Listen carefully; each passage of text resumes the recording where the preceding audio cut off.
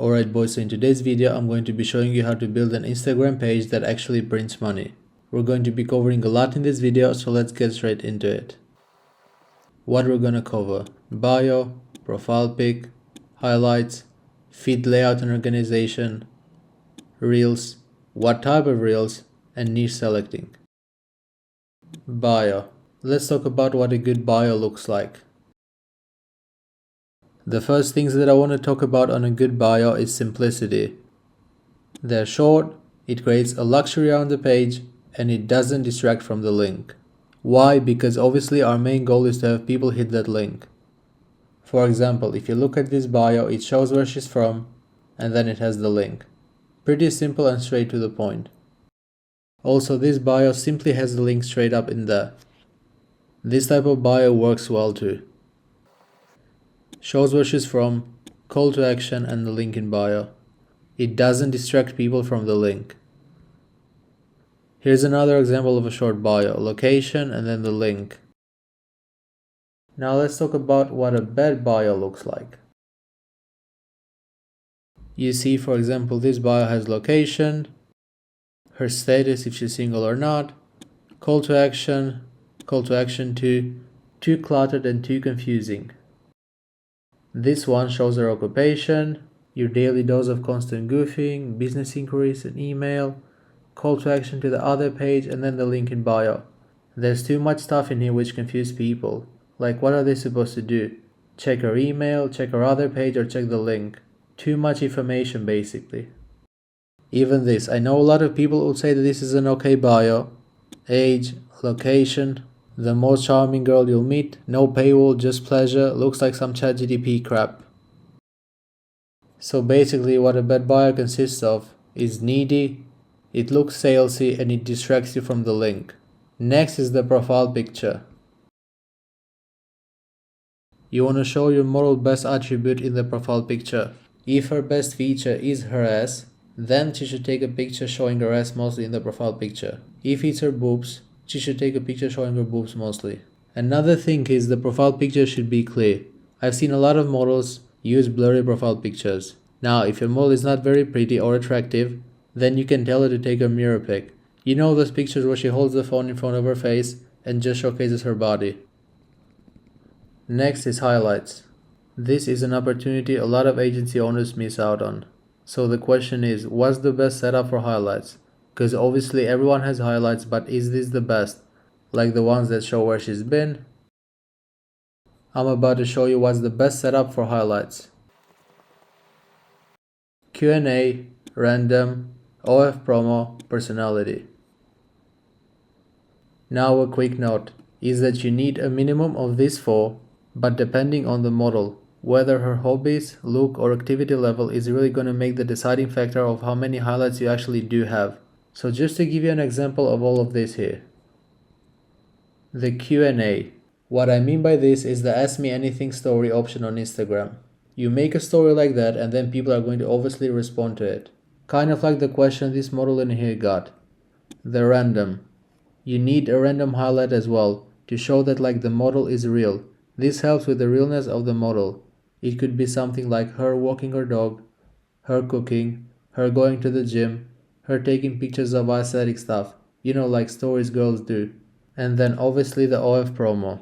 So every day when you post your little OF funnel, whatever time your fans are mostly active, which is usually at night US time, put that in your highlights so when new people visit your profile they can easily go into it and access it. And then lastly is the personality. So as you can see in here, this girl posted a meme on her story. It shows that she's not just an OF girl. She has a personality, she is a person. It will relate better with the fans in the long run. In the personality highlights, she can post memes, she can post quotes, you know, the kind of quotes that girls post usually after breakup. Obviously it doesn't need to be something like that, but like you get the point. It will relate better with the fans in the long run, trust me. So that's the highlights. It's really simple, but a lot of agencies miss on. Next is the feed layout. So what is our feed looking like and what do you want to do with it? You want to make sure you pin photos that show her best features. If she has a pretty face, pin pictures that show her face. If her boobs or her ass are her best features, then pin those pictures. All reels stay on the reel feed unless high quality. Now what do I mean by that? If it's just a thirst trap reel that hasn't really gone viral, then keep it on the reel feed. But anything that is professional aesthetic, like some quality reel that's gone viral and people are engaging with it, is good to have that on the main feed. Now posting frequency. Post 3 to 5 posts per week if possible. Next is reels. These are the main two questions I get all the time when it comes to reels, which I'm gonna answer in a sec. But first let's talk about the non-negotiables. 3 reels per day. I don't want to hear any arguments, I don't want to hear any excuses. If you want to be successful, if you want to really test and be able to put out the analytics and data that's gonna make you money, then you need to be doing 3 reels a day. So let's get back to the question. The first question is, how do you select a niche for the model? It's simple. Pick your niche based on the model. Look for hobbies, clear niches, and personality.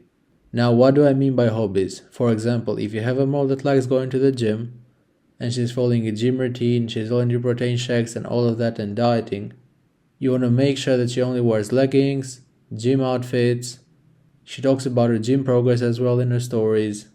Basically make her a gym girl. Even her reels. For example, she can shoot her content in the gym.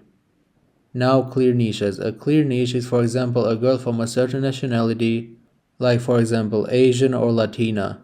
Or if she's into cosplay or gaming, you have a bunch of those things that I call clear niches. Then lastly, personality.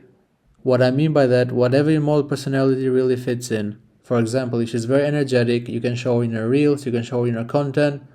If she's more passive and just likes to lay around and watch movies, you can show her in the content as well.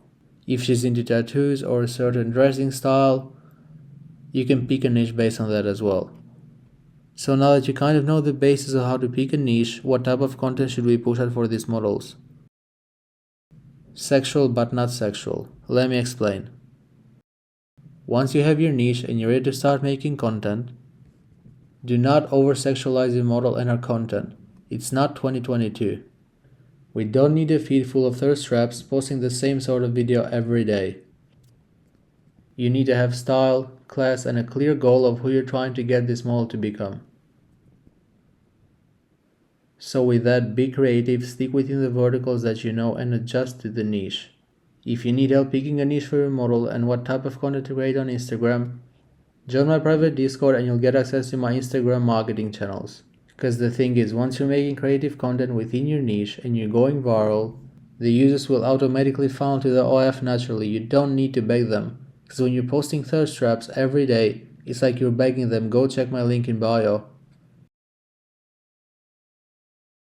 Then after that, it's as simple as seeing what type of content performs best and keep doing more of that. So with that, that's what I meant by saying sexual but not sexual. So guys, that's been the video. If you want to learn more about how I market my models on Instagram, click the Discord link in the description of this video and send me a message.